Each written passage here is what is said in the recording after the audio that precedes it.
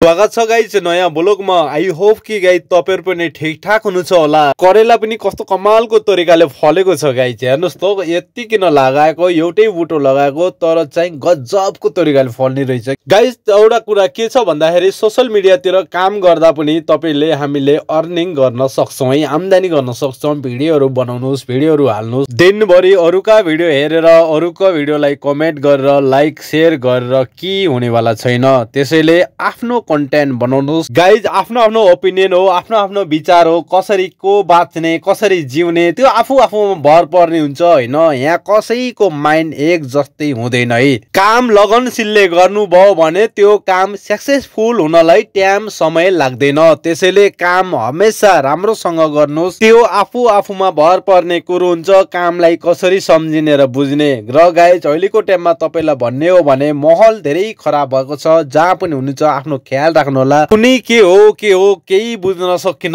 संसारमा के हुँदैछ कसैलाई पनि थाहा छैन। हुँदै त छ, के हुन्छ भयानकै हुने हो कि कसैलाई पनि थाहा छैन। यहाँसम्म मसँग भिडियो हेर्दै हुनुहुन्छ भने धन्यवाद साथीहरु। कुन कुन ठाउँमा पुगे रहेछ यो ब्लग जरुर कमेन्ट गरिदिनु होला। लाइक गरेर सब्स्क्राइब पनि गरिदिनु होला। फेसबुक पेजलाई पनि फलो गर्नु होला। कसैको पनि लोभ नगर्नुस्। हुन्छ भन्ने धनले सहयोग गर्नुस्, हुँदैन भन्ने मनले सहयोग गर्नुस्। लोभ चाहिँ कसैको पनि नगर्नुस्।